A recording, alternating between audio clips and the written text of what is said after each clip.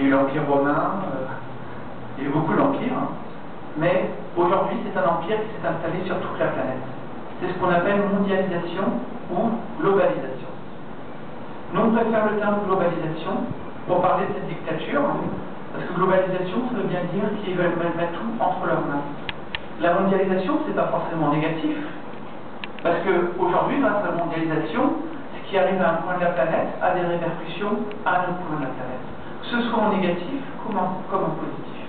Par exemple, si les États-Unis décident d'utiliser des milliards de dollars pour la guerre en Irak, vous savez que depuis 5 ou 6 ans qu'a commencé la guerre en Irak, on aurait pu, avec cet argent, résoudre le problème de la famine sur toute la planète. Vous savez ça. Donc c'est un choix. Et en fait, cette guerre en Irak, ça n'a tout à voir avec ce qui arrive ici, en Afrique par exemple. C'est pas quelque chose qui a à voir simplement à 3000 km. Ça a à voir avec ce qui arrive ici et ça a à voir avec ce qui nous arrive à nous, en tant que personne. On est dans cette nouvelle société, dans ce nouvel empire où tout est concentré entre quelques mains. Par rapport à ça, moi je suis convaincu que la seule issue c'est la non-violence. C'est pas avec les moyens, l'argent, etc. qu'on va réussir à changer les choses. Bien sûr que ça pourrait nous aider si on avait la possibilité d'avoir beaucoup d'argent. Mais aujourd'hui, cette possibilité, on nous l'a retirée.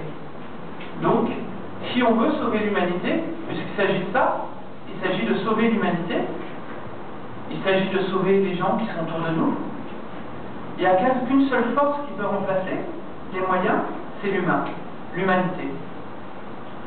Il faut se reconstruire à partir de l'intérieur.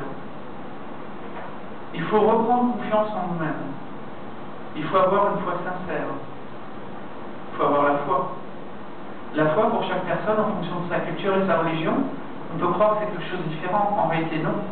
Qu'on soit musulman, chrétien, athée ou autre, peu importe. Si on a vraiment la foi, on le voit parce qu'on traite les autres tels qu'on aimerait être traités nous-mêmes.